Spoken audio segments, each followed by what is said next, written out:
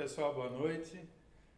Nós estamos aqui hoje para a nossa última live do ano da Fertilidade e Vida, então é um prazer estar novamente com vocês. Foi um ano difícil, mas graças a Deus eu acho que um ano que está terminando pelo menos para a gente muito bem. A gente pôde cuidar de muita gente, com muitas gravidezes acontecendo.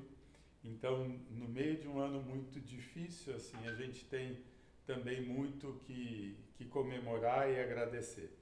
E uma maneira é estar aqui agora com vocês, fazendo essa última live, respondendo a perguntas. Estou eu, está a doutora Márcia, que também é ginecologista, a Raquel, que é coordenadora do laboratório, que vai, na verdade, coordenar essa discussão, onde a gente vai discutir com vocês coisas do dia a dia, de infertilidade, dúvidas de vocês de fertilização in vitro e de reprodução. Tem várias perguntas, né, Raquel, que nós já recebemos antes, então acho que com isso a gente já dá para começar a nossa conversa. O que você acha? Ótimo. A gente recebeu ao longo dessa semana que vocês colocaram, perguntaram, então a gente vai tentar responder todas, tá bom? Ao longo dessa nossa uma horinha e meia que a gente vai ter pela frente. E se vocês tiverem dúvida, pode mandar, que eu tô conectada aqui e eu consigo checar essas dúvidas de vocês, tá bom? Peta, vou começar com você.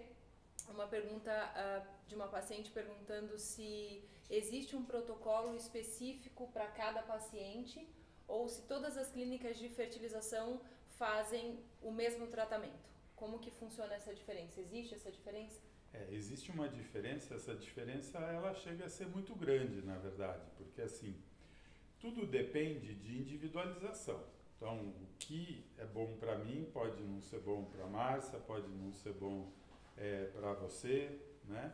Então, a gente faz várias avaliações, muitos exames, exatamente para poder individualizar cada tratamento.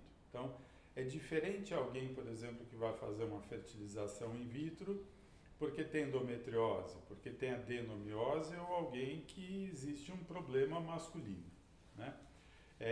E esse preparo ele é fundamental, né? A gente não pode virar número nessa vida, né? Então, a individualização, ela vai ter claramente um melhor resultado lá no fim.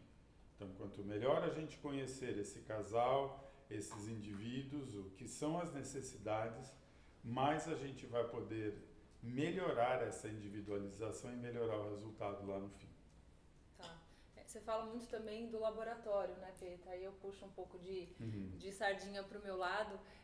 Quando a gente fala de escolha de clínicas, de escolhas de laboratório, a gente sempre tem que tomar um cuidado, obviamente, para tentar entender qual é o protocolo que essa clínica segue, o que vai acontecer com os seus embriões, o que vai acontecer durante a indução. Então, isso faz muita diferença durante ou o cultivo embrionário ou o próprio estímulo dos ovários, né? Então, é isso que a gente sempre toma cuidado, principalmente dentro do laboratório, né? De usar os melhores meios, de cuidar dos embriões e fazer uma biópsia para quem tem indicação de análise genética, né? Tudo isso a gente vai discutindo ao longo dessa horinha, mas acho que é importante a gente também falar do quanto o laboratório pode contribuir para esses resultados no processo da fertilização, né? O laboratório, acho que ele a gente fala que o laboratório é o coração do processo, né? Então, você depende de um ótimo laboratório para a gente como clínico se sentir tranquilo, confiante, só que vocês como laboratório dependem da nossa indução de ovulação, ou seja, se a gente não te entrega bons óvulos, você não consegue devolver bons embriões e o momento também do embrião ele é fundamental, né? Porque parece que todo mundo fez um esforço enorme, você tem ali a coisa mais importante do mundo, o tesouro, né? Que eu chamo. Que é o embrião, que a gente tem que deixar dentro do útero da maneira mais carinhosa, mais tranquila possível, né, Márcia? Acho que pra gente às vezes é o momento mais estressante, né? Porque você fala, nossa, meu Deus, tá tudo na minha mão, né? Então, acho que dentro de todos os momentos que a gente sofre junto, acho que esse é um dos mais difíceis, né? E eu acho que diante do que a gente vive hoje no fertilidade, é isso que você falou, é um pouco conjunto da parte médica com a parte embriológica, mas eu diria que hoje a fertilidade é 50-50, né? A gente tenta individualizar tanto cada paciente que a gente recebe, principalmente aquelas que carregam já uma história muito grande em outras clínicas, porque senão a gente não chega lá, né? Então isso garante uma taxa de gravidez muito boa para a gente hoje, e a gente vê que esse feedback acontece, né? A gente tem uma reunião clínica para cada caso ser discutido, muitos casos difíceis, a baixa reserva, que é a nossa caixa preta, né, que a gente cada vez mais tenta esclarecer o porquê acontece, o porquê melhorar, e o laboratório tá presente, né? Eu acho que a gente sempre elogia muito a Raquel, e não é à toa que o crescimento da embriologia surgiu na nossa clínica graças a ela, que se preocupou com aquele casal, o que acontece, porque é muito fácil só receber e fazer, e a gente não entende muito bem porque depois não acontece, né? Então acho que isso é um trabalho em conjunto de fato, e é por isso que a gente está aqui, para poder tentar explicar para vocês como funciona o trabalho lá na clínica, para que vocês se sintam seguros, porque hoje, diante de tantas clínicas, é muito difícil, né? Acho que para você que está em casa, e até para a gente, quando vai precisar de um tratamento em alguma clínica de outra especialidade, escolher onde fazer o seu tratamento, seja ele um coito programado, uma inseminação ou mesmo a fertilização. A gente é muito unido, né? A gente trabalha juntos há 15 anos. É melhor nem mais falar. ou menos. Mas eu acho que é por isso que dá tão certo, né? Acho que juntos a gente consegue desenvolver protocolos tanto do laboratório quanto da parte clínica. Então acho que esse engajamento que a gente tem aqui, por isso que a gente quis trazer para cá, né? Na verdade, é o que a gente tem no dia a dia na clínica, né? Então, eu saio do laboratório, eu desço para conversar com a Márcia, eu volto para o laboratório, tem alguma dúvida de paciente, eu volto para falar com o Peta. Então, eu acho que essa melhora nos resultados da fertilização, sem dúvida nenhuma, tem como base uma boa indução, né? Ou seja, uma boa entrega dos óvulos para o laboratório, e essa devolutiva, né? Ou seja, o quanto que a gente consegue entregar também bons embriões para eles. Continuando, a segunda pergunta que a gente tem é se existe limite, Márcia, para fazer a fertilização, em termos de idade da mulher, se ela pode fazer com qualquer idade, e quanto mais cedo é melhor? É uma perguntinha. Hoje, eu diria que a gente vive do tempo que eu comecei a reprodução, hoje a sensação é que a gente tem uma nova era de paciente, né? Então, a nossa realidade vem priorizando a mulher para as suas expectativas profissionais, financeiras, e acaba que a fertilidade tem ficado para o último momento, né? Essa é a sensação que eu vejo no meu consultório. O Peta pode falar um pouco, e a Raquel quando recebe os óvulos, mas a média de idade que a gente tem visto muito entre 38 a 42, 43 anos é a nossa porta de entrada, muito maior hoje em dia. E isso não quer dizer que existe um limite, né? Na verdade, o Conselho Federal de Medicina existe um regimento com relação a isso, né? Para que mulheres acima de 50 anos a gente tenha o cuidado de determinar quem pode e quem não pode engravidar do ponto de vista saúde, né? Então, eu hoje te diria, Raquel, que o limite é a saúde da mulher, né? É claro que o bom senso vai ter que existir, né? Das próprias pacientes em si que nos procuram, mas eu te diria, uma paciente de 44 anos pode fazer um tratamento de fertilização, uma de 49 pode, uma de 38, e isso com diversos objetivos, né? Então, o que a gente conversou na pergunta anterior, individualizar qual é o objetivo de cada uma.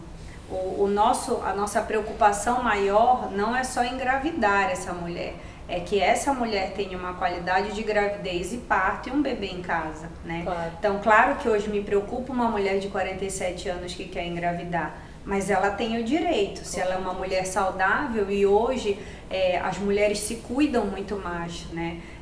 Você olha uma mulher de 47 anos, rígida, sem hipertensão, sem diabetes, com IMC normal, que é o índice de massa corpórea, cuidando da alimentação. Então isso me tranquiliza de que essa mulher vai conseguir uma gestação, né? Uma gestação saudável. Então, claro que existem diversas formas da gente conseguir isso, mas basicamente não existe algo que não pode ou não vai acontecer. Tá. Acho que essas formas, né, até tem uma próxima pergunta falando sobre tenho 49 anos e gostaria de saber se posso tentar fazer uma fertilização com os meus óvulos e como que funciona, né? Eu acho que vai muito de encontro do que a Márcia falou, se o Peita quiser complementar um pouquinho, para explicar como essa mulher conseguiria engravidar com essa idade. Em geral, sempre o que a gente primeiro faz é uma avaliação de como é que está o ovário, né? O problema depois dos 45 anos em especial é que, assim, às vezes a gente consegue óvulos, a gente consegue embriões, só que você vai analisar geneticamente esses embriões, eles têm alterações. Então o que acontece é que a chance vai ficando tão pequena e tão pouco provável que essa gravidez aconteça, que você começa a colocar numa balança. Bom, tá bom, eu tenho 45 anos e a chance de eu fazer tudo isso e dar certo é 3%, 4%. E quando você pensa em um óvulo doado por uma mulher de 30, essa chance vai para 65, 70%. A gente tem taxas de 72%. Então você fala, olha, será que vale a pena você passar por tudo isso, você sofrer por tudo isso, né? Porque fertilização, se fosse algo que a gente dá um comprimido de manhã, faz um ultrassom na hora do almoço, tem resultado à tarde, custa R$100, fala, vamos tentar várias vezes, né?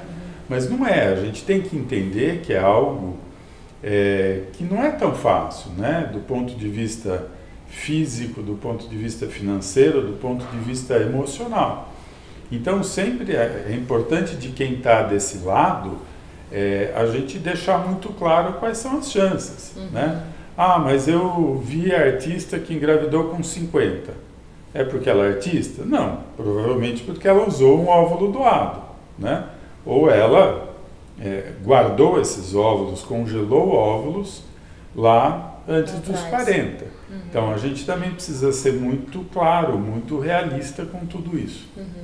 E já engatando numa próxima pergunta, existem exames de rotina que eu posso fazer para descobrir se eu sou fértil ou se eu terei dificuldade para engravidar quando eu quiser? E o que eu posso fazer para preservar essa fertilidade ou cuidar dela? Acho que a Márcia pode responder. Essa é uma pergunta que na fertilidade a gente cuida também de endometriose, de miomatose, temos a parte cirúrgica, e essa é uma pergunta muito frequente, né? O Peita fala muito disso, e o ginecologista geral hoje está muito mais, vamos dizer assim, antenado para esse tipo de questionamento, e as próprias pacientes estão buscando, né?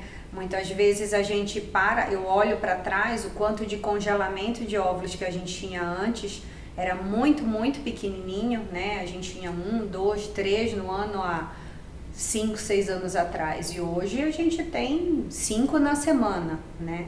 Então, assim, eu vejo que é muito mais frequente a busca pelo próprio objetivo de cada mulher. Então, eu me preocupo sim naquela paciente que tem 30 anos e vem no meu consultório porque precisa fazer uma esteroscopia, porque tem um pólipo e não tem desejo reprodutivo ainda, não tem parceiro, não fala em maternidade, mas sempre tem obrigação do profissional, principalmente o ginecologista, que é um terapeuta, quem mais vê essa mulher na vida, desde a primeira menstruação até o momento que ela decide engravidar.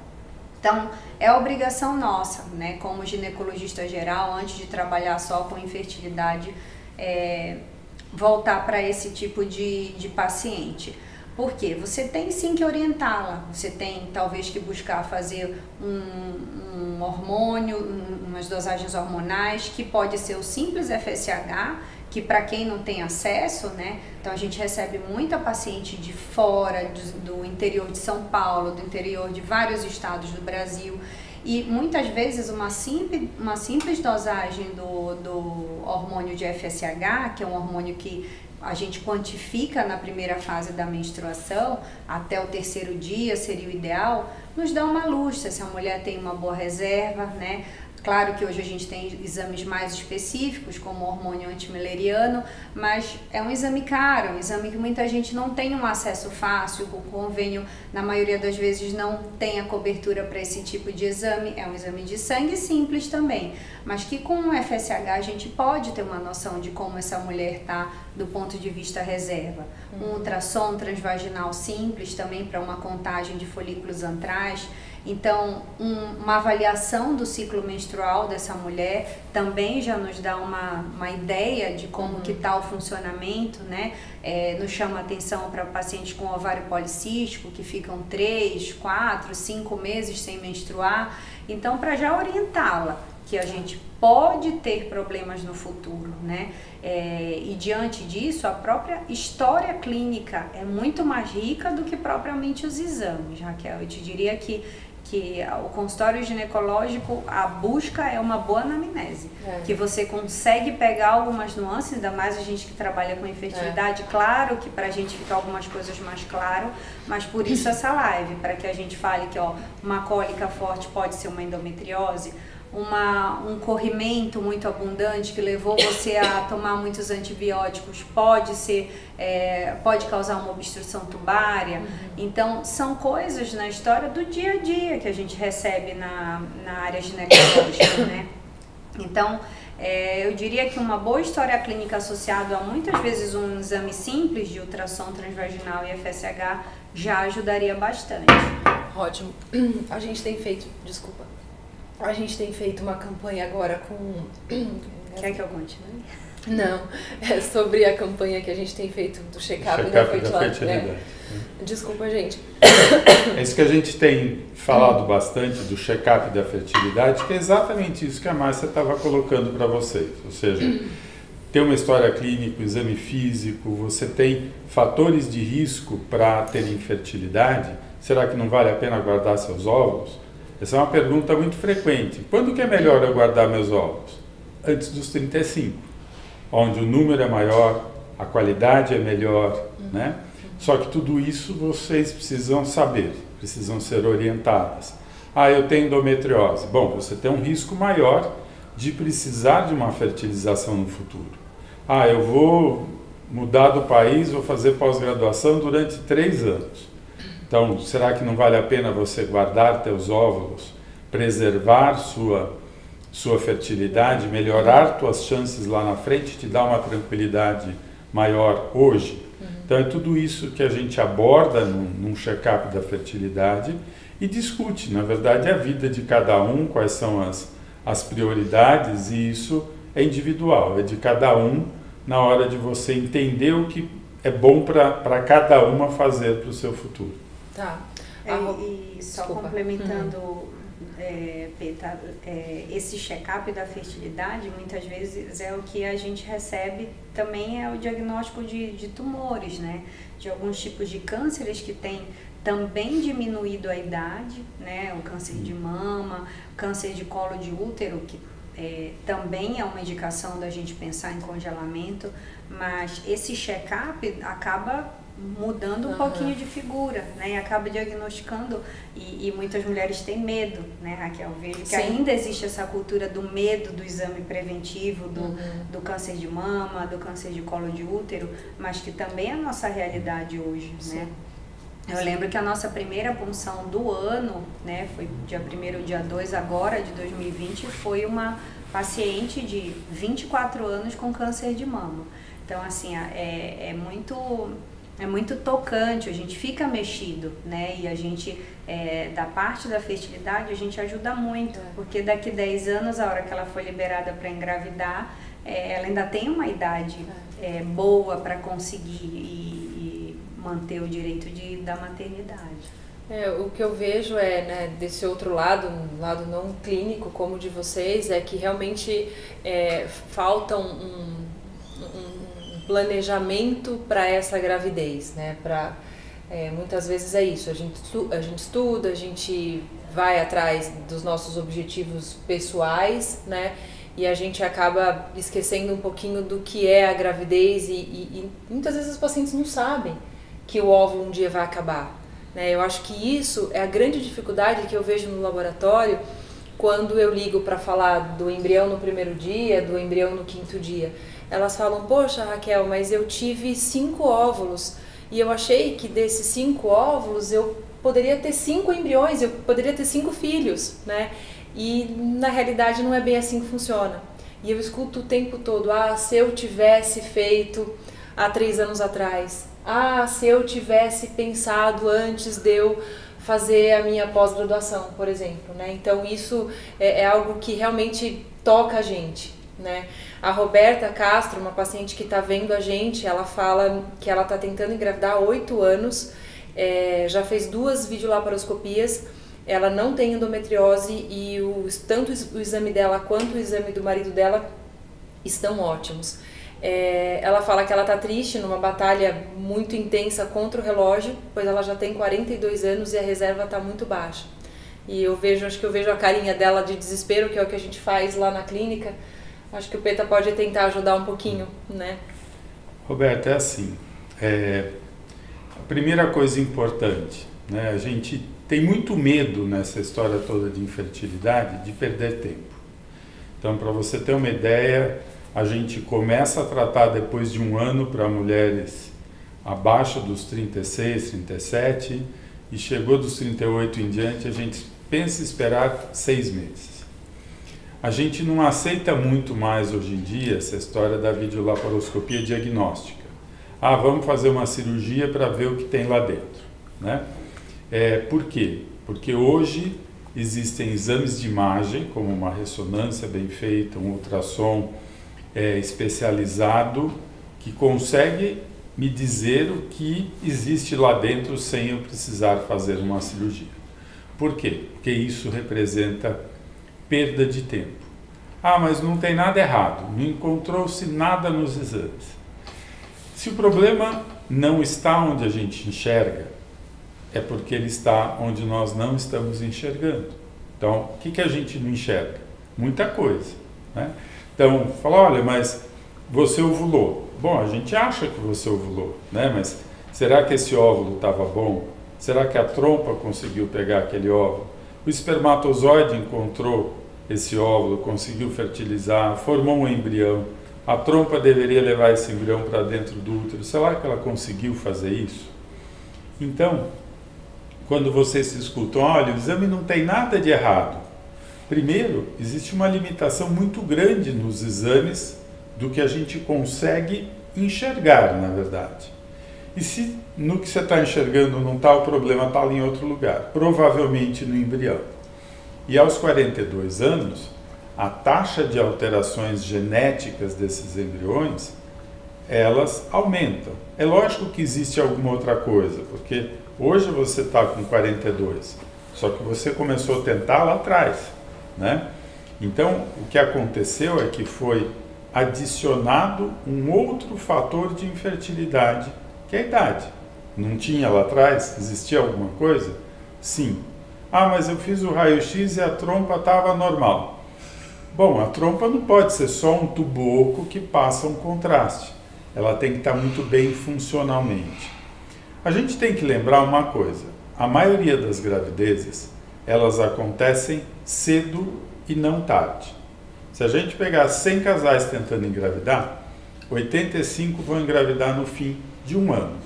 Sendo que dessas 85, 55, 60 no primeiro semestre.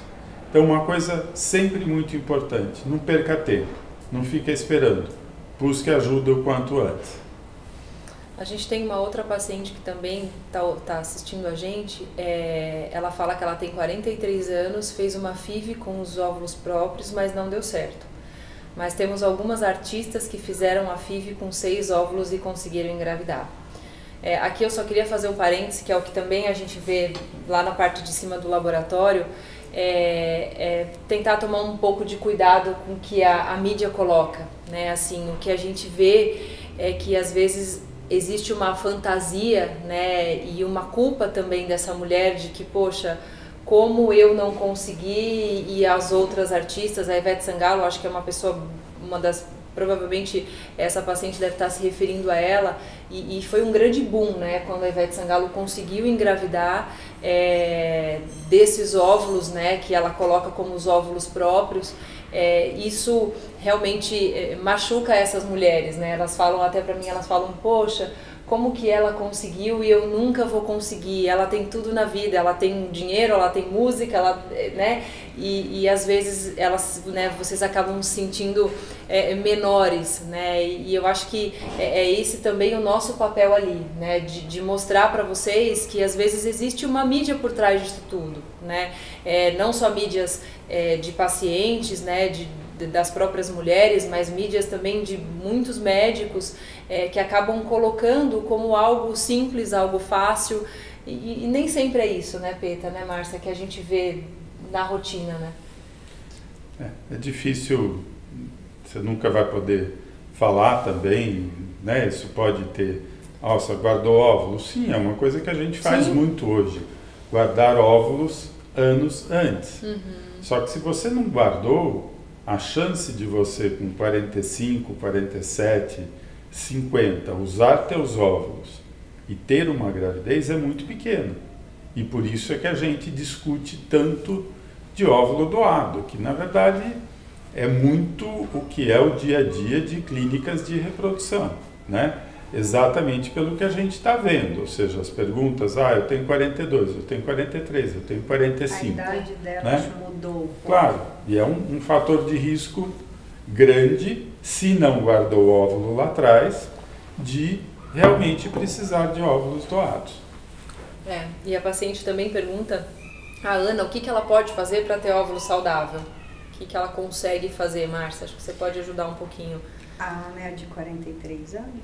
Não, é outra. Outra paciente. Outra paciente. É assim, Ana, quanto mais a gente estuda essa parte de qualidade de óvulo, qualidade de espermatozoides, mais a gente volta para o nosso dia a dia, né? Então, como eu posso melhorar meus óvulos? Independente da idade, o Peta já demonstrou que ao longo do tempo a gente já vai perdendo a qualidade desses óvulos pelos danos oxidativos que a gente sofre, porque infelizmente a mulher já nasce com 300 mil e vai gastando ao longo da vida, umas mais, outras menos, e por isso a gente vai ter menos quantidade lá na frente. Mas o que eu posso fazer hoje, independente da minha idade? Ter uma boa alimentação? Sim. Cuidar do meu peso? Sim. Buscar tomar menos medicamentos? Sim.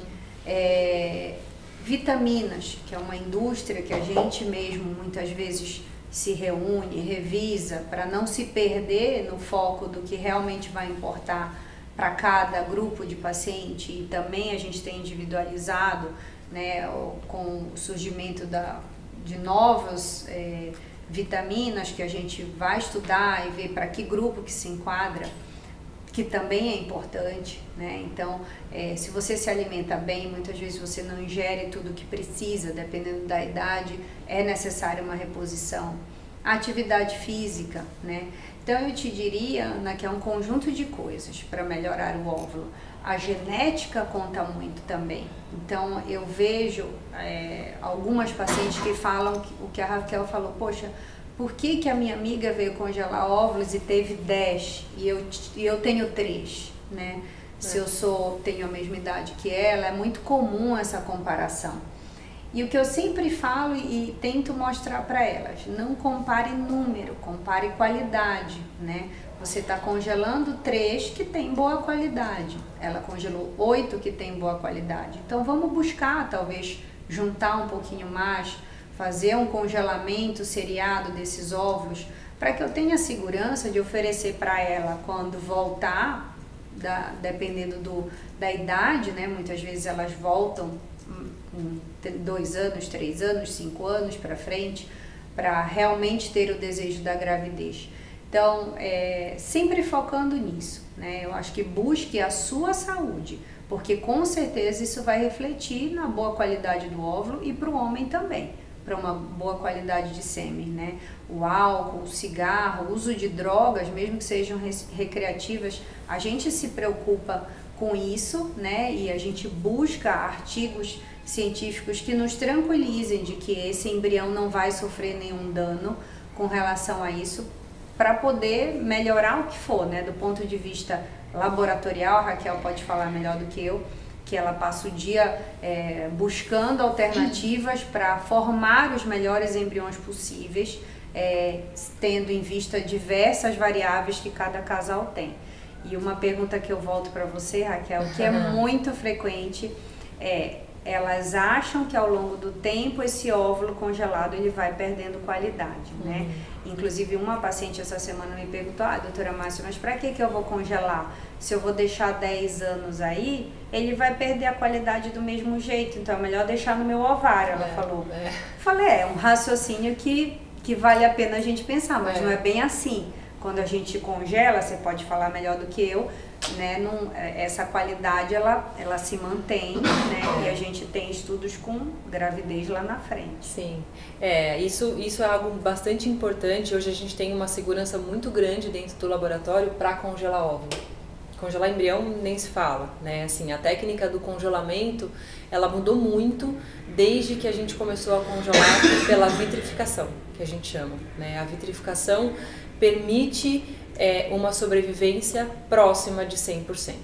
Então, quando eles me entregam o óvulo, eu congelo esse óvulo maduro e eu consigo entregar esse óvulo maduro de volta para eles fertilizado, já formado o embrião, né? Então, essa segurança hoje nós temos por conta da vitrificação. Então, se eu congelo o meu óvulo hoje, ele pode ficar congelado por um dia, por um mês, por um ano, por 10 anos. Que o fato dele ter parado o seu desenvolvimento é como se a gente realmente parasse toda a divisão celular, tudo que acontece. A gente congela literalmente, por isso que chama congelamento.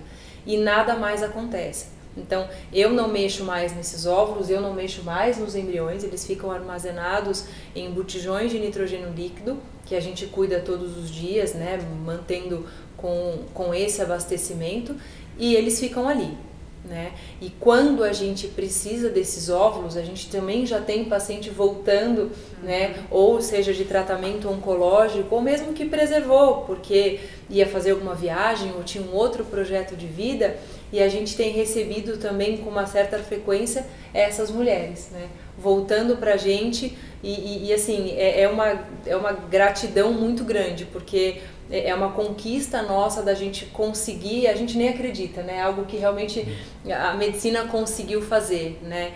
Entregar de volta esses óvulos que foram armazenados há 5, 10 anos atrás. Isso é muito legal. Falando nisso, o medo também de todo mundo, e se der um apagão no bairro, na cidade, acabar a energia, né? Como é que eu estou tranquilo? A gente tem, na verdade, duas frentes ali no laboratório quando a gente tem os cuidados, né? O primeiro são os equipamentos que são ligados às tomadas, né? Esses equipamentos, eles, obviamente, a gente tem um gerador que suporta pelo menos 5 dias ligados, porque o tanque dele é muito grande, então a gente consegue, primeiro entra o nosso no-break, depois entra o nosso gerador, então nada se apaga, ou seja, as incubadoras que ficam lá dentro, onde os embriões ficam, na realidade, elas são totalmente monitoradas, né? Pelo meu celular, até ele está aqui do meu lado, eu sempre tenho essa, se eu quiser enxergar agora como estão as incubadoras dentro do laboratório, eu consigo, eu tenho esse acesso, eu tenho essa tranquilidade. E o nitrogênio líquido também, embora eles não estejam conectados a nenhuma tomada, a nenhum no-break, eu consigo fazer o recarregamento e eu tenho alarmes que me mostram quando Até os embriões, né? Pelo time-lapse você enxerga. Exatamente. Às vezes é isso. Eu tô no final do meu dia, eu fico conectada, o Peta sabe disso, a Márcia também, o tempo todo.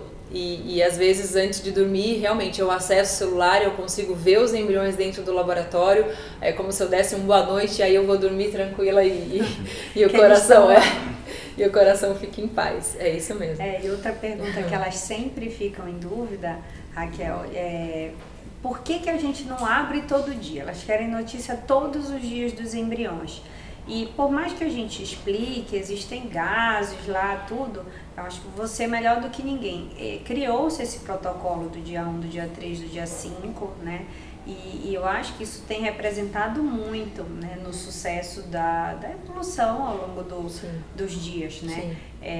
A gente explica, mas elas têm medo, elas acham que é um abandono não olhar, né? Não, a gente está lá todo dia, a gente está, não digo 24 horas por dia, porque em geral a gente trabalha das 7 da manhã até as 7 da noite, mas a gente vê os embriões todos os dias, porque hoje a gente consegue visualizar essa incubadora.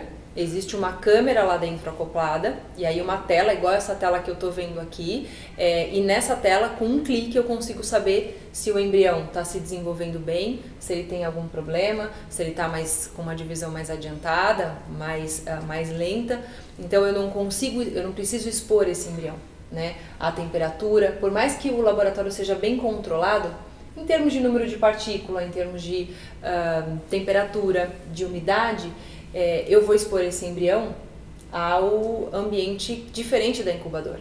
Então, o fato de eu retirá-los, realmente, algo me mostra que é melhor que eles fiquem num cultivo mais quietinho, né? E não é nem estático, porque também existem algumas teorias de movimentação de placas dentro da própria incubadora.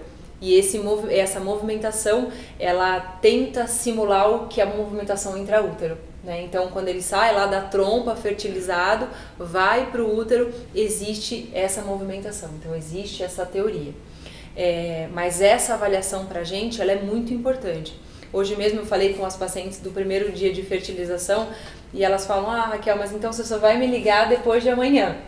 Aí eu falo, fica tranquila que tá tudo bem, eu cuido deles enquanto eu não te dou a notícia. É um berçário. Né, exatamente. A Thaís Fofinha tá perguntando qual é a quantidade ideal de óvulos para fazer uma FIV. Acho que é a pergunta também mágica. Vou falar um pouco do ponto de vista do laboratório. Eu adoraria falar para vocês que quando o Peta ou a Márcia me entregam 5 óvulos, eu vou conseguir entregar um embrião saudável, que é um embrião biopsiado, né, normal geneticamente, de volta, e que com esse embrião você vai conseguir engravidar. Então, esse é o meu sonho. Eu sonho com um dia em que a gente vai ter um óvulo, um embrião normal, uma gravidez e um bebê saudável em casa, né? Eu queria estar viva para ver, né? Mas a gente sabe que nem sempre é fácil, né? Existem mulheres que com um óvulo conseguem o que a gente busca, tem mulheres que precisam de 10 óvulos, tem mulheres que precisam de 30 e tem mulheres que já tiveram 50 óvulos e não conseguiram. Então, é uma pergunta mágica, que o dia que eu souber a resposta, e ela é muito individualizada, né, Peta? Acho que você pode falar um pouco, acho que é isso que muda. Eu queria só fazer um parênteses, chamar as pessoas que estão no Instagram para irem lá para o nosso canal do YouTube, que a gente vai ter muito mais tempo para ficar conversando, então corram para lá para acompanhar a gente. Na verdade, existe muita estatística por trás disso tudo, né? Quando a gente fala de óvulos, então, teoricamente, cada 6 óvulos nos dariam 2 blastocistos, que é o embrião lá na frente, bem desenvolvido, aquele que dá mais chance de engravidar e que tem mais de 120 células. É lógico que assim, você tem gente que com 6 óvulos vai ter 4 blastocistos ou vai ter 1 blastocisto. Mas quando a gente fala e está sentadinho ali antes de começar um tratamento, a gente tem que discutir o que é a média, né, para uma população. É lógico que curva de população é bom para a gente dar aula, né? Quando cai com a gente é 100%. E isso tem a ver com a idade, porque esses 6 óvulos, 2 embriões, o que a gente espera de uma mulher aos 35 anos? Cada 2 embriões, um normal geneticamente. Aos 38 anos, 3 embriões, um normal. Aos 40, 41, 4 embriões, um normal. Então, na verdade, antes de começar qualquer tratamento, é essa conta que a gente faz. Depois aí é individualização. Então, a chance vai aumentando porque, na verdade, são várias etapas, né? E é como uma escada. A cada degrauzinho que a gente consegue subir, nossa chance aumenta lá na frente. É lógico que o outro lado é verdadeiro. Vai ter gente que vai parar num degrauzinho ou no outro, né? E por isso que a média de taxa de gravidez aos 40 anos é 30%. Mas quem chegou lá no blastocisto normal, essa chance aumentou muito. Por quê? Porque teve gente que não teve um embrião normal, não teve um embrião que chegou até o 5º dia, né? Então, todo o nosso esforço é você conseguir mais com menos, né? E não tem muito jeito. Eu falo que a nossa vida é sempre muito no limite, né? A gente está muito feliz quando tem um embrião normal, a gente está muito feliz quando chega lá, porque assim, sabe que é tudo muito difícil, em especial quando você lida com idade mais avançada, com baixa reserva. E é exatamente por isso que a qualidade de tudo tem que ser muito boa. A qualidade do seu laboratório tem que ser a melhor possível, a qualidade da tua indução, o jeito que você vai fazer a tua transferência. Então, é exatamente porque a gente vive com vocês nesse limite, de ter número pequeno, de ter menos embriões, mas conseguindo a gravidez lá na frente. Eu acho que, complementando o que o Peter falou, e o que a paciente perguntou, é não buscar o número, né? Eu acho que a frase é não perder tempo se o medo é ter pouco.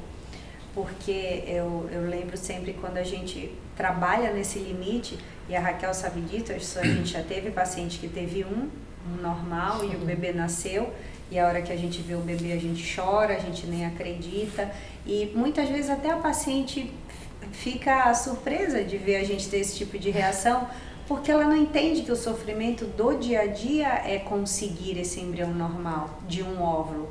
E a Raquel, ela sempre está de olho nos betas lá, que quando sai, muitas vezes a gente está na correria ali do consultório, acaba que elas vêm primeiro que a gente. E ela fala, nossa, essa paciente teve 2 óvulos e engravidou.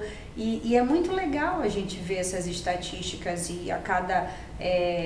a gente faz as taxas cumulativas de gravidez para poder entender e graças a Deus a gente vê que está no caminho certo, né? E que é um trabalho em conjunto, né? Então eu recebo uma paciente difícil, eu vou, discuto com o Peta, o Peta vem com uma conduta, a Renata vem com outra, a gente tem a doutora Bruna também. Então a equipe pensa junto e o resultado sem dúvida vai sair melhor, né?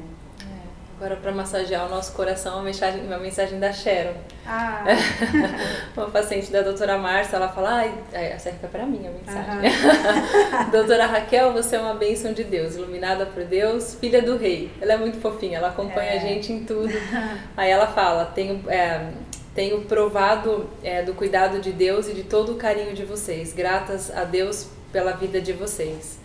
E ela é muito fofa, Obrigada, um beijo, Sharon. A Natália Galvão também fala que confia na gente, confia no nosso trio aqui. A Giovana Fink, fofinha, 3 profissionais maravilhosos. Me deram um pacotinho triplo de amor. Ela foi realmente...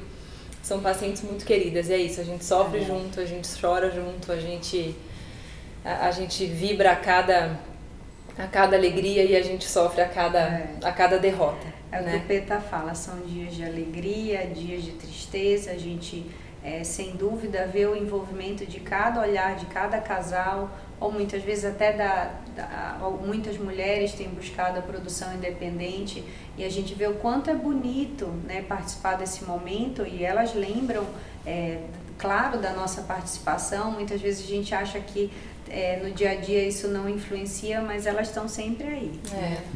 Peta, uma pergunta para você. doutor, será que eu produzo óvulos bons mesmo aos 38 anos? Eu fiz 2 ciclos de estimulação com dosagem alta de hormônio, meus óvulos não reagiram. O que eu devo fazer agora? Descobri um cisto, já me tratei, já perdi peso, mas eu não consigo. É a Alessandra. Alessandra, na verdade, tua idade não é muito alta, né? Então, lógico, a gente sempre tenta antes, mas tá tudo bem 38. Isso depende um pouco da tua reserva, é isso que a gente avalia. Nem sempre a indução com altas doses é melhor. A gente muitas vezes começa com uma dose alta, mas você muda muito tudo isso, né? Existem outros medicamentos além das injeções que você consegue estimular a ovulação por outras vias. Tem gente que responde melhor com uma dose baixa, então você junta mais óvulos. Às vezes a gente faz do STIM, outras técnicas de indução, você pode fazer 2, 3 estímulos, o que às vezes chamam de tri-STIM, mas na verdade maneiras diferentes de você fazer a indução, maneiras de você sensibilizar melhor esse ovário para a hora que você vai fazer a indução. Então, uma coisa muito importante é você identificar um bom ciclo, né? A gente faz bastante isso. Veio numa menstruação, olha, esse não é um bom mês para a gente começar. Vamos ver no próximo? Vamos tentar sensibilizar? Vamos melhorar em alguma coisa? E aí você vai vendo aquele momento que é o melhor, né? Onde a gente vai investir e fazer essa indução, que tem que ser muito individualizada também, né? Isso faz parte daquela cadeia que a gente falou. Tá. Uma mensagem fofinha de um paciente, é difícil os homens se identificarem aqui, né? Em geral a gente tem um grupo maior de mulheres. Um paciente da doutora Márcia, ele fala, doutora, como nós maridos, né, esposo, conseguimos ajudar as nossas esposas no assunto da ovodoação. Que bonitinho, é o Carlos. Eu acho que esse é um assunto bem delicado. Eu particularmente já vivenciei pacientes que demoraram bastante tempo para assimilar isso, e eu tenho uma amiga muito pessoal, muito querida, que fez fertilização aos 38 anos, fez 4 tentativas, não engravidou, e a gente se reencontrou e ela veio, fez tratamento com a gente 5 anos depois. Então ela estava com quase 44 anos e ela engravidou de gêmeos, um casal, né? Eu a encontro, vejo, mas no momento que ela teve essas 4 tentativas, ela simplesmente abandonou o sonho da maternidade. Ela sabia, e na época ela fez em outro serviço, o médico falou que a opção seria ovodoação, seria o próximo passo, mas ela demorou bastante para assimilar e para abrir o coração de que ela adotaria um óvulo e ela teria mais chance de realizar o sonho da maternidade.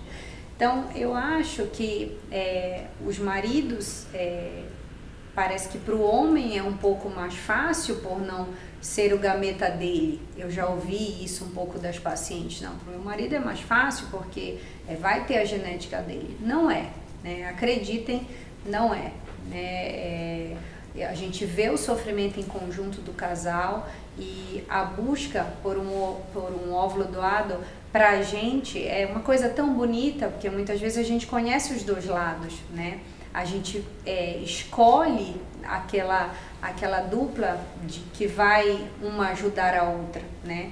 Então a doação compartilhada, a receptora ajuda financeiramente essa doadora a fazer o seu tratamento e também a realizar seu sonho, que também muitas vezes financeiramente é impossível. Então, eu acho que essa força do marido, ela tem que vir daí. Primeiro, eu diria que o tempo precisa ser relembrado. Eu lembro muito da fala do Peta, que ele fala, vai para casa, pensem, conversem. E muitas vezes o vai para casa são anos, né? É o tempo que o coração precisa realmente estar preparado, né? Acho que é melhor desistir né? E esse é um recado que eu falo muito no dia a dia para minhas pacientes, é melhor não tentar e realmente deixar esse assunto para lá, do que fazer sem a certeza de que realmente é esse óvulo, esse embrião que você vai querer receber. É isso mesmo. Eu também vejo, obviamente vocês mais, mas a dor também dessas mulheres que conseguem engravidar e elas perdem ou não tem batimento cardíaco, né, quando a gente faz o nosso ultrassom de 7 semanas, ou elas vêm mais precoce ainda, né, que é a gente ter um exame de beta-HCG positivo e infelizmente a gente não conseguir identificar o embrião durante esse período que a gente precisa, ou ainda a gente consegue identificar o embrião, ver o batimento e existe uma perda depois, né. Tá muito em alta a Mariana Rios, uma atriz, né, ela nesse momento ela publicou, acho que ontem, se eu não me engano, sobre a perda gestacional dela, né? E ela fala que ela revela uma descoberta de uma doença autoimune após esse aborto espontâneo dela, né? Eu não lembro exatamente qual a idade que ela tem, mas eu acho que vale um pouquinho a gente conversar e o Peta falar um pouco do que desse outro lado, né? Ou seja, a gente consegue, a gente entrega o embrião, ele é normal geneticamente, mas existe uma perda no meio do caminho, né? Por que ela acontece? Na verdade é assim, a primeira coisa, acho que só quem tem uma perda dessas entende, né? Como é difícil você passar por um aborto. E existem várias causas do que a gente chama do meio ambiente. Então, o meio ambiente é o endométrio, o meio ambiente são doenças imunológicas, fatores inflamatórios, fatores também de outras naturezas imunes, né? Muito do que existe uma situação que se chama síndrome antifosfolípide, que aumenta a coagulação do sangue, que pode estar muito relacionado ao aborto. Então a gente sempre tem o cuidado de fazer uma série de avaliações antes dessa gravidez acontecer, ou seja, determinar o risco dessa mulher de sofrer um aborto, porque tudo isso que a gente avalia, investiga, tem tratamento, de você poder exatamente intervir para que isso não aconteça, ou pelo menos minimizar o risco de que isso aconteça, porque é o que a gente falou, já não é fácil passar por uma fertilização, você consegue, engravida e perde, né? Então a gente se cerca de, pelo menos, do que existe cientificamente como correto. Tem muita coisa controversa ainda do ponto de vista científico, mas a gente sempre tem esse cuidado de fazer essas avaliações antes para minimizar o risco de que isso aconteça. Tá. Continuando ainda nesse preparo do útero, né? Quais exames que podem ser feitos, né? Se existem exames que podem ser feitos para receber esse embrião antes de uma transferência? Se existem ou de endométrio, enfim. Acho que você pode complementar um pouquinho, né, Preta, com isso. Tá, isso depende um pouco da razão, da causa. Se existe uma suspeita de endometriose, adenomiose, você pode fazer exames de imagem. A gente pesquisa várias alterações autoimunes, por exemplo, a mais comum delas é de tireoide, como a tireoidite de Hashimoto. A gente pesquisa esses fatores de coagulação, alterações genéticas que levam a mulher a ter essa propensão maior à trombose, a aborto. E existem exames que, na verdade, às vezes são controversos, né? Então, existem testes que tentam avaliar se o endométrio é receptivo ou não, se existem algumas infecções mais raras, testes que hoje estão indicados para falha de implantação, ou seja, você coloca um embrião lindo, maravilhoso, falou, nossa, vai engravidar, a gravidez não acontece, né? Sempre, óbvio, eu não consigo dormir tranquilo achando que as coisas são só ao acaso, ou seja, você esperaria que a gravidez acontecesse, ela não aconteceu, você tem que investigar mais, né? É lógico que parte desses exames, às vezes, tem exames doloridos, exames caros, então a gente discute individualmente com essa mulher ou com esse casal, né, a cada avaliação que nós vamos fazer. Mas é muito difícil dormir tranquilo imaginando que algo aconteceu por azar ou por falta de sorte. Então a gente tem um pouco a obrigação de, quando bem indicado, lógico, né, alguns exames valem a pena, né? E às vezes tem coisas que sim vão ser controversas e a gente tem que avisar isso. E a decisão é feita em conjunto. Tá. Agora a gente, por incrível que pareça, a gente já tem 1 hora de conversa. A gente vai precisar se despedir do Instagram e convidar quem está só assistindo no Instagram para poder ir pro nosso canal no YouTube. A gente vai continuar aqui pelo menos por mais uns 20 minutos, meia hora, para falar, para continuar com esses nossos assuntos aqui. Então vamos para lá para vocês poderem acompanhar mais a gente das nossas perguntinhas, tá bom? Um beijo para vocês, encontro vocês lá. Márcia, acho que a gente pode conversar um pouquinho.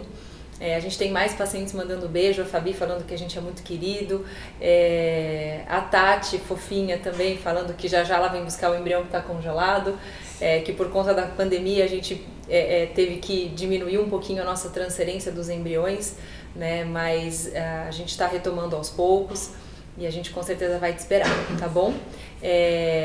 A Rubio pergunta pra gente qual é a chance de um embrião se duplicar sendo ela gêmea, né? Ela fala que ela está prestes a fazer o tratamento com a gente, mas ela está com muito medo de que a gente transfira um embrião e esse embrião vire 2, né? Acho que a gente pode falar um pouquinho, se você quiser, depois eu até complemento um pouquinho da parte do laboratório. A gente, isso tem sido uma preocupação, né, Raquel? A gente tem transferido cada vez menos embriões, né? Casais que se preocupam muito, né? A chance desse embrião se dividir sozinho é menor do que 3%, na verdade. Então, se a gente coloca um embrião e ele se duplica depois da transferência, essa chance é muito pequena, né? E são gêmeos idênticos. Então, os gêmeos de fertilização são gêmeos diferentes, gêmeos dizigóticos. A gente coloca 2 embriões e implanta os 2, então vão ter características diferentes. Nesse caso, o que ele está se referindo é por ele ser gêmeo, né? A gente sempre fala que pula uma geração, né? Mas tranquilo nem a gente fica, né? Porque não é uma regra.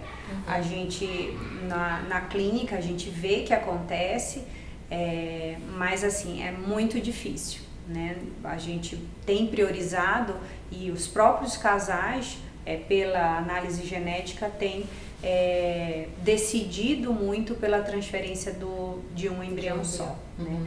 E um dia desses, numa primeira consulta, o marido mesmo falou: não, doutora, 3 embriões eu não quero. E eu falei pra ele que, de verdade, eu nem lembro a última vez que eu transferi 3 embriões, que o Beta transferiu 3 embriões, né?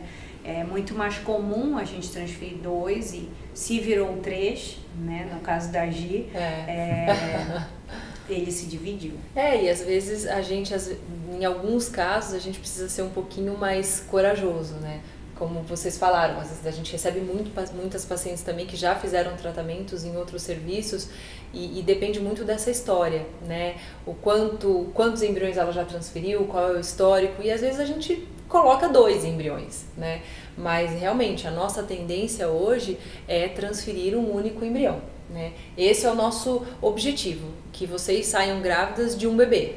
Se for gêmeos, né? Se forem gêmeos, tudo bem, a gente vai estar junto, né, com vocês. Mas, sem dúvida, hoje a gente tem uma eficiência, né? Eu até brinco com o Pedro e com a Márcia, às vezes a gente apresenta as nossas estatísticas para eles do laboratório, a gente hoje consegue atingir 76 a 80% de taxa de gravidez, né? Eu sei que às vezes a taxa de gravidez ela não diz muita coisa, então a gente precisa ter uma boa taxa de gravidez, uma boa para ter uma boa taxa de implantação e ter uma boa taxa de bebê nascido vivo, né, nascido em casa.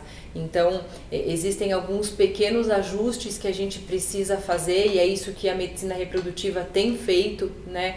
Ela não para, né? Existem exames no endométrio, existem exames no embrião, existem exames nos óvulos, existem exames no espermatozoide, que a gente consegue fazer e a gente sempre tem essa busca, né? De encontrar, tudo isso para encontrar o melhor embrião para poder entregar para vocês. Complementando também, Raquel, um pouco que o Peter falou do aborto de repetição, um dia desses eu ouvi de uma paciente, nossa doutora, mas é muito exame, eu não aguento mais fazer exame, né? Eu estou nessa busca para engravidar há muito tempo e eu venho aqui para a senhora resolver meu problema, fazer a fertilização, juntei o dinheiro, vou fazer, e eu ainda tenho que fazer mais esse monte de exame. Na verdade, esse cuidado, é isso que a Raquel falou, é isso que o Peter falou. A gente quer excluir, né? Eu não diria a zero, porque nós não somos Deus e é Ele que determina quem vai, quem não vai, quem segue, quem não segue. A gente está aqui através dele. E a gente tenta minimizar o máximo que a gente consegue e que a própria medicina nos apresenta, de realmente coisas comprovadas, porque também não adianta a gente atirar para todo lado. Tem pacientes que chegam com uma lista de coisas que não cabe, que não individualiza para aquele momento, para aquele casal, para aquela mulher. E a gente tem que expor, né? O conhecimento da nossa parte é para isso, para guiar cada degrauzinho e qual exame que realmente é indicado para cada um. Ótimo. A Paula, né, a Luísa Paula, ela pergunta, ela pede para a gente falar um pouquinho mais sobre a análise genética dos embriões, né? Se a gente faz para todos os casos, ou se tem algum caso específico que a gente indica. Quer falar um pouquinho, Pedro? Acho que existe uma indicação médica, e existem alguns fatores de risco para alterações dos embriões. Então, primeiro, que é o mais comum, é a idade da mulher. Então, quanto mais acima dos 35 anos, em especial acima dos 37, 38, maior a taxa de alteração genética dos embriões. Segundo, homens que têm menos de 5 milhões de espermatozoides por ml. Então, quanto mais baixa a contagem, quanto mais baixa a qualidade, hoje a gente também valoriza um ponto importante que é a fragmentação de DNA do espermatozoide, ou seja, o DNA está quebrado.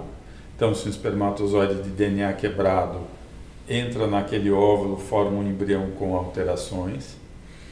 Alterações genéticas do homem ou da mulher e histórico. Então, se teve 2 abortos, se teve algum histórico que lembre a alteração genética, essas são indicações médicas para se fazer um exame genético no embrião. É lógico que hoje em dia existe muito a indicação das pessoas. Fala, olha, eu entendi tudo, eu não tenho um fator de risco grande, mas eu vou me sentir mais tranquilo se eu fizer análise genética.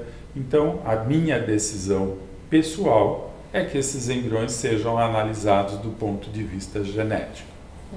Ótimo. Obrigada, Petra. A gente teve 2 perguntas sobre teste de fragmentação, acho que você falou um pouquinho do que era, inclusive uma paciente do Paraguai, ela perguntou um pouquinho sobre o que era, e é bem isso, né? A gente precisa cuidar dos 2 gametas, né? A gente não olha só para os óvulos, a gente olha para os 2, e esse olhar ele faz diferença quando a gente forma um bom embrião dentro do laboratório.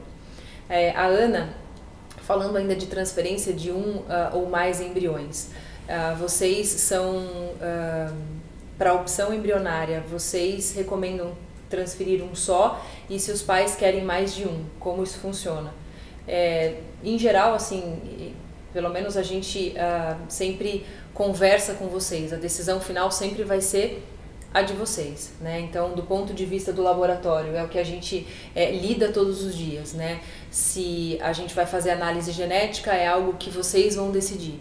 A gente tem o conhecimento para indicar, o conhecimento para falar um pouquinho, a nossa vivência baseada no que o mundo faz, né? Mas sempre, em 100% dos casos, a decisão é de vocês, é isso? Lembrando que existe uma regra, né? Uma norma Sim. do Conselho de Medicina que determina um limite máximo de acordo com a idade da mulher ou da idade dos óvulos que foram utilizados. Então, se alguém recebe um óvulo doado e tem 40 anos, ela só vai poder transferir até 2 embriões. Isso, ótimo. É possível fazer fertilização laqueada. Ela quer saber, ela fez laqueadura e gostaria de engravidar novamente. Acho que a doutora Márcia pode falar um pouquinho. Quando a gente entra em contato com uma paciente ou ela pergunta sobre isso, existe uma dúvida sobre fazer a reversão de laqueadura e o sucesso de uma gravidez. Na prática, a taxa de gravidez com a reversão é muito pequena e depende muito do local e qual técnica foi utilizada para fazer essa laqueadura, né? Então, realmente, existem 2 técnicas clássicas e a que realmente inviabiliza seria a que tira as fímbrias, né? Então, é como se você tirasse metade do braço, da trompa, que ela funciona como um braço. Então, a gente tem uma técnica que acaba eliminando esse terço final e não tem como essa reversão ser feita, né? A gente também tem estatísticas que falam do aumento do risco de gravidez ectópica, porque a hora que você junta uma pontinha com a outra, existe fibrose no local e o embrião ela pode até vir a engravidar espontaneamente, parar ali. Então, no nosso dia a dia, a fertilização in vitro seria o mais seguro para essa mulher engravidar, né? Tá. Então, não é que não possa fazer a reversão. O que eu discuto muito no consultório são os riscos que essa reversão pode ocasionar para essa mulher e que muitas vezes acaba obstruindo após a cirurgia. Que é muito parecido com uma reversão de vasectomia. De vasectomia. Que é no caso dos homens, né, quando o paciente já é vasectomizado por algum motivo, se vale a pena reverter. É isso que sempre a nossa equipe faz, né? Ou seja, avalia o quanto tempo dessa vasectomia, avalia a idade dessa mulher, para poder decidir juntos o que a gente vai seguir como conduta e tratamento. E que muitas vezes, Raquel, até pós a reversão de vasectomia, a gente pega o próprio paciente com uma baixa quantidade, que Sim. não é suficiente. Sim. Então, possivelmente obstruiu um dos canais deferentes e aí dificulta. Pergunta sobre endometriose para o Peta. Comecei a sentir cólicas fora do meu período menstrual. Gostaria de saber se isso pode ser endometriose. Quero muito engravidar. O que eu faço? Pode. Endometriose é uma doença benigna que basicamente causa 2 problemas. Primeiro, dor. Então, o que é a dor mais frequente? Cólica menstrual, em geral aquela cólica que tem aumentado ao longo dos anos, ou seja, quem não tinha cólica começou a ter cólica. Quem tinha cólica, a cólica piorou. Dor à relação, alteração intestinal cíclica, então pré-menstrual, durante a menstruação, o intestino fica com gases, tem incômodo, solta, né? Nem todo mundo tem todos os tipos de dor, mas qualquer uma dessas dores te chama a atenção. Tem que lembrar que não é comum perder dia de aula, perder dia de trabalho por causa de dor, se encher de medicamento de anti-inflamatório. E a outra queixa é a infertilidade.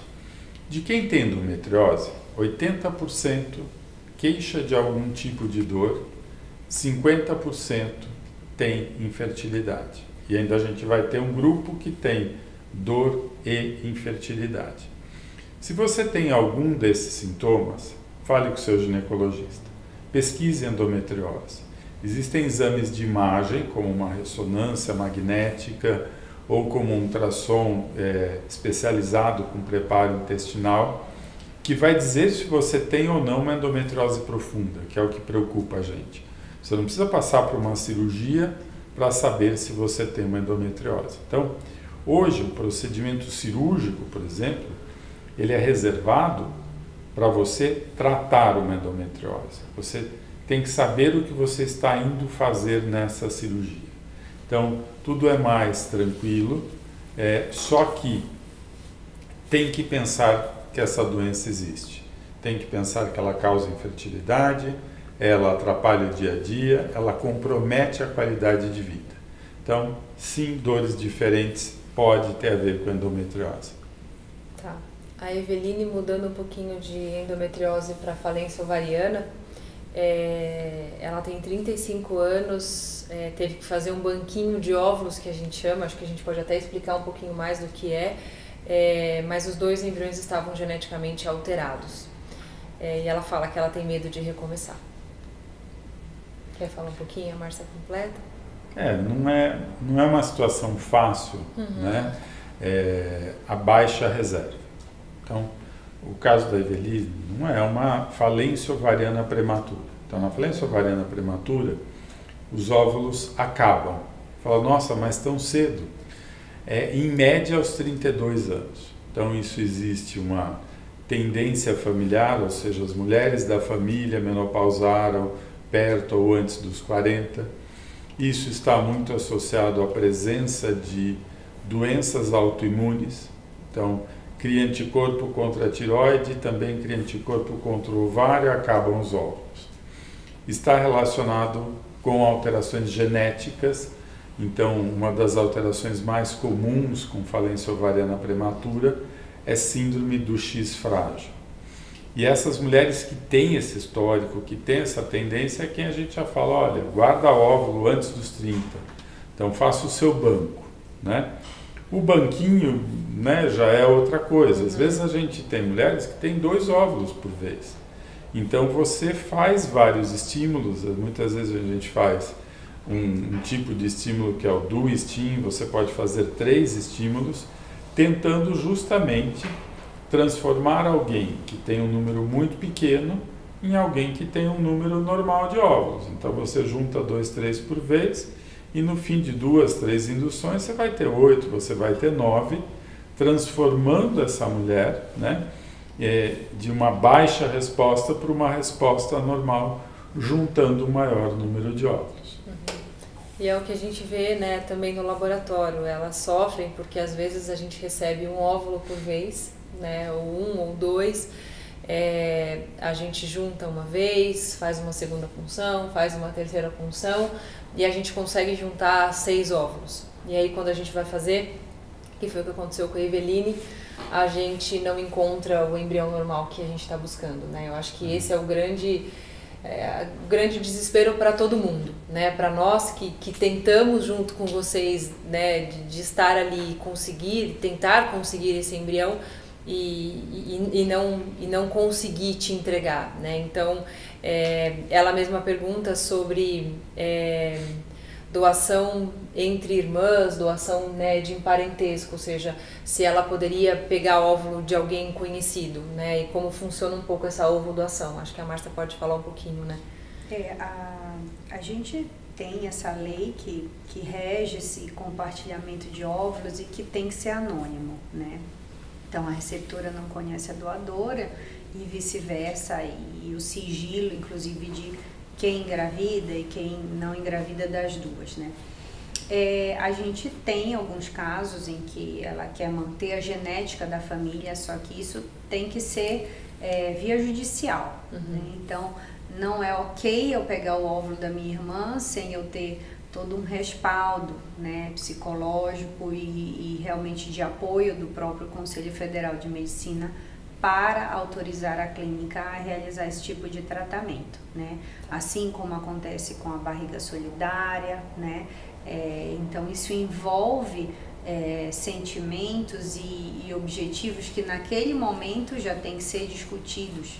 Então, dá para ser feito, mas a gente vai além um pouco e a gente tem um apoio jurídico na clínica para trabalhar dentro da legalidade e permitir, se assim for do desejo das duas, que isso aconteça. Tá. Queria voltar um pouquinho no banco de óvulo, né, que existe muito a pergunta de por que eu junto óvulo para fazer embrião depois? Eu não posso ficar fazendo embrião tudo de uma vez?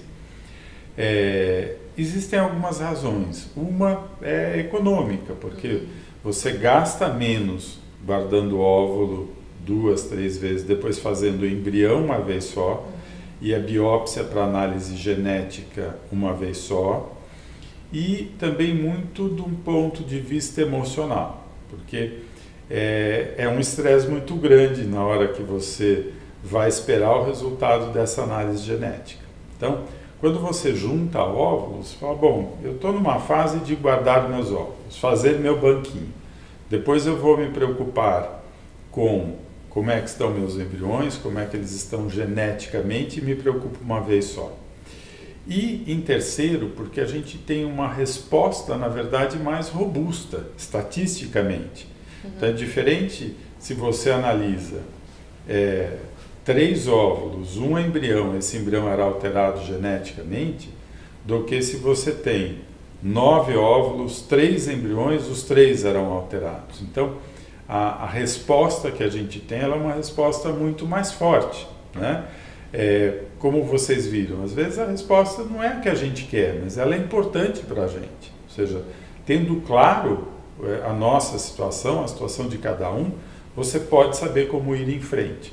Então é muito comum a história do juntar óvulos para fazer tudo de uma vez depois, né? Eu queria complementar só que é uma dúvida que elas têm, Peta, se a baixa reserva ela está associada a mais alterações genéticas, né?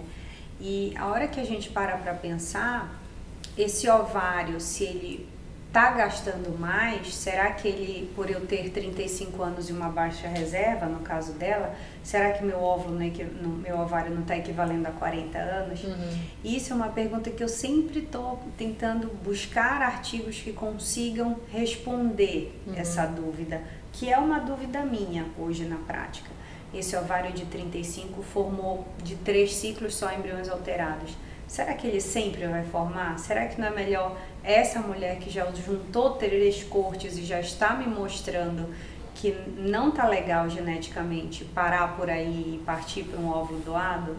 Essa é uma dúvida que eu tenho. Eu vejo que o Peta conversa e discute muito isso com elas, né? E ele usa a palavra judia demais. Imagina essa mulher de novo passar por 3 ciclos. Então a gente tem que ter bom senso, né? De até a sua terceira estimulação a gente parar e discutir, né? E se envolvendo com o gasto financeiro que isso vai gerar para esse casal, para que a gente consiga frear e pensar qual é o melhor caminho, né? Porque hoje a gente ainda não tem essa resposta. A baixa reserva, ela não está completamente, é o que você falou, às vezes a gente tem gravidez com 2 óvulos, com 1 óvulo, né? E não é verdade que essa mulher que tem 2, 3 óvulos não vai conseguir o seu embrião normal. Sim. Acho que é muito importante um limite, né, Márcia? Assim, existem limites estatísticos, médicos, então, se você for olhar em registro americano, europeu, brasileiro, latino-americano, todos dizem algo muito parecido, ou seja, as chances se mantêm em até 3 tentativas. Se você fez 3 fertilizações, não encontrou embrião normal, não teve uma gravidez, essa chance cai. Não quer dizer que a pessoa não possa fazer uma 4ª, uma 5ª, mas a chance na 4ª é menor do que nas 3 anteriores. Por isso, uma primeira coisa muito importante é a gente aprender com o que foi feito, né? Então, como é que foi uma primeira? Como é que foi essa segunda? O que a gente pode melhorar? O que a gente pode mudar? E limite, acho que limite tem 2 alternativas. Ou você está grávida, ou seja, é o fim porque a gente chegou no nosso objetivo, ou você tem a tranquilidade que fez o melhor. Eu acho que isso é em tudo que a gente faz na vida, a gente precisa ter a tranquilidade de que fez o melhor, de que fez o que era possível, de que fez o que estava ao alcance do que é a tecnologia hoje, e é isso que vai dar tranquilidade para se chegar nesse limite pessoal, né? E às vezes pensar em usar um óvulo doado ou parar, descansar, né? Mas esse limite é muito importante. Se estabelecer limites também é fundamental para que isso não seja algo que se torne muito desgastante, muito obsessivo. Como eu falo, a gente sofre, né? A gente sofre junto. Imagina quem está passando por isso. Né? E de verdade, a hora que a gente só consegue, né, Raquel, congelar esse óvulo, a hora que a gente aspira, que a gente consegue, de fato, detectar alterações. Então, essa mulher de 35 anos que fez seu banquinho, ela congelou os melhores óvulos. Pode ser que ela, de 3 folículos, ela tenha um óvulo de qualidade. E é isso que o Peter falou, a gente sofre a hora que vai falar, porque ela está com uma esperança de que os 3 folículos são 3 óvulos lindos, bonitos para serem guardados. E o sonho está chegando mais perto. E a hora que a Raquel olha, não é bem assim. A gente tem um óvulo com danos e a gente tem que falar que infelizmente congelou um ou muitas vezes nenhum, né? Frente a essa dificuldade, a gente vai tendo que discutir o caminho. Acho que a gente pode mudar um pouquinho. Chegou uma pergunta pra gente, provavelmente a paciente está grávida, a Fabi, ela fala que quais sintomas ela pode sentir antes de realizar o beta, né? Se ela tem algum sintoma específico. Os sintomas são muito frustrantes, na verdade, né? Você interpretar o resultado por sintoma é muito difícil. Por quê? Pela progesterona. Se você está grávida, se vai menstruar, mama vai ficar inchada, mais sensível, né? Gases, porque a progesterona relaxa a musculatura, relaxa o intestino também. Então, barriga estufada, mais sono. Então, é muito difícil interpretar, né? O que a gente fala aqui, quem vai responder mesmo é o teste de gravidez, né? Pode fazer de farmácia? Às vezes, dependendo do laboratório, do lugar, a gente não tem muito rápido de sangue. O de farmácia ele é confiável quando ele dá positivo. A gente fica preocupado quando ele dá negativo, que ele pode estar errado, né? Porque a gente faz tudo muito cedo, então às vezes os valores no sangue são muito baixos ainda. Mas quando o teste de farmácia dá positivo, ele dá para acreditar. Ele é positivo mesmo e está grávida mesmo. Vocês querem falar mais alguma coisa? Algo que eu não perguntei? Tem um monte de pergunta aqui. Eu até queria falar para vocês deixarem as perguntas no nosso canal, mandarem pergunta pelo nosso Instagram. A gente recebeu várias perguntas, desde fator masculino até embrião euploide, mas a gente tentou, tem uma outra paciente que chegou agora sobre hormônio antimileriano, talvez dê tempo da gente falar um pouquinho sobre ele, o que significa e se dá para confiar e dependendo de quanto está esse valor, está 0,84. Ela tem 42 anos. Que é o resumo disso? A gente promete que vai fazer mais lives depois, tá? Tá, quer responder essa da tema de 42? Há muito tempo se busca marcadores para falar como é que está o número de óvulos. Hoje o que a gente mais utiliza é a dosagem de hormônio produzido pelos folículos pequenininhos, que são os que têm os óvulos dentro, que se chama hormônio antimileriano. O que é um hormônio antimileriano ótimo? A gente fala que é acima de 2. Baixo, abaixo de 1. Só que isso tem a ver com a idade. Então, se você pega alguém de 30 anos e o antimileriano é de 0,8, você fala, olha, a sua dosagem, ou seja, o seu número de óvulos, está mais baixo do que o que a gente esperaria para a tua idade. Se você tem alguém de 42 anos com antimileriano de 0,8, na verdade está ótimo, a gente fica feliz, né? Porque a gente está acostumado a lidar com antimileriano às vezes de 0,2, 0,3. Então, esses parâmetros, eles são muito importantes. Lembrando algo fundamental, o antimilleriano nos fala de número, ele não fala de qualidade. Então, a qualidade ela está relacionada à idade. Quanto maior a idade, pior a qualidade. Então, se você tem 42, mesmo com um antimilleriano que te anime, não perca tempo por causa da qualidade dos seus óvulos. E elas sempre me perguntam, né, para a parte do laboratório, se o óvulo tinha alguma alteração. Né? Isso é muito comum. Então, eu ligo para falar fertilização no primeiro dia. Ai, Raquel, mas você conseguiu, ou mesmo quando a gente congela, os óvulos que você guardou tinham alterações? O que você conseguiu enxergar? O que é importante a gente lembrar é que o que eu consigo ver em termos de óvulo é simplesmente uma análise morfológica, né? Eu ainda não consigo fazer uma análise tão específica nesse óvulo para saber se ele vai gerar um bebê saudável, né? Então essa é a primeira... o que a gente adoraria saber é olhar para o óvulo, na verdade um pouco além, eles olharem para o folículo e falar, olha, aqui tem um folículo lindo, vamos aspirar esse folículo e quem sabe esse folículo tem um óvulo e esse óvulo gera um bebê, né? Então hoje a gente ainda não consegue. Existem alterações e assim, vou te dizer que 100% das pacientes que chegam, existe alteração nesse óvulo ou nesses óvulos, porque senão vocês também não estariam aqui. Né? Então, esse é o resumo que eu sempre falo para as pacientes que eu converso. Existem alterações nos óvulos, sim.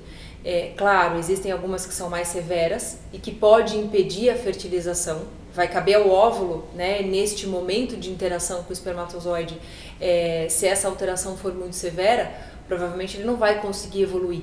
Né? Ele não vai ter energia suficiente, ele não vai ter capacidade suficiente de gerar um bom embrião. Né? Se ele tiver uma alteração menor, provavelmente ele consiga burlar aquela má qualidade do espermatozoide ou até uma boa qualidade do espermatozoide e formar um bom embrião. Né? Então é sempre uma caixinha de surpresa. Eu falo que eu vou no carro rezando daqui até a clínica para que os embriões, quando eu chegar e avaliar, que eles estejam da melhor maneira possível. Né? Esse é o nosso, sempre esse é o nosso objetivo, né? Que o embrião formado seja o melhor, seja aquele embrião que a gente está buscando. Né? Nem sempre a gente consegue, mas é isso que a gente busca sempre. Márcia, eu queria que você comentasse um minutinho do que você, se você quer deixar alguma mensagem, o que você gostaria de falar para essas nossas pacientes que sempre acompanham, desde pacientes que estão sempre com a gente, que são nossas, outras que estão prevendo chegar e fazer o tratamento com a gente, aquelas que estão grávidas, aquelas que não conseguiram. Eu acho que vale uma mensagem para vocês. Eu acho que assim, para encerrar, como a Raquel falou, dúvidas, tem muitas que a gente não conseguiu acolher ou responder todo mundo, mas o principal é buscar, né? Eu acho que a busca pelo seu sonho precisa acontecer, precisa partir da mulher ou do marido, né? A reprodução tem evoluído muito para poder ajudar a realmente realizar o sonho. Esse ano foi um ano que a palavra é aprendizado, né? A gente mudou, inclusive o modo como a gente cuida de vocês muitas vezes tem sido à distância e isso não inviabilizou, né? O sonho de muitas mulheres continua se realizando, a gente tem exames, a conversa pode acontecer à distância, a gente tem pacientes de muito, muito longe que a gente acompanha como se estivessem na clínica.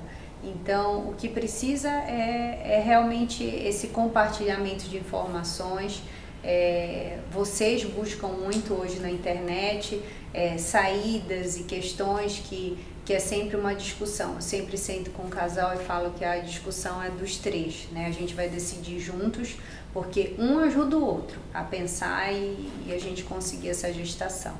Né? Nós estamos aqui para discutir as dúvidas de vocês, para poder ajudar no que for preciso e estamos sempre disponíveis, né? Essa é a última live nossa esse ano, mas Muita coisa nova vai aparecer e acho que é isso, vale a pena a gente sentar em um momento gostoso, tranquilo, que a gente possa pensar junto e ajudar a melhorar o que for preciso. Rita, você fala? Quer falar você? Falo. A gente caiu, tivemos um probleminha técnico, mas a gente voltou, que bom. Isso também mostra o quanto esse nosso novo mundo permite acontecer, permite a gente ter um problema de conexão, permite a gente voltar, mas eu gostaria sim de deixar uma mensagem, dizer que realmente esse ano foi um ano muito, muito, muito especial, porque eu acho que a gente conseguiu trazer à tona algo que a gente trabalha todo dia, que é a valorização da família. Sabe, a gente conseguiu perceber, eu principalmente dentro do laboratório, o quanto essa busca, né, eu acho que é uma busca interna que às vezes a gente fala, vou deixar mais pra frente, vou postergar um pouquinho, até o congelamento de óvulos, a gente conseguiu perceber o quanto tudo isso que aconteceu tocou cada uma de nós, né, cada um de nós.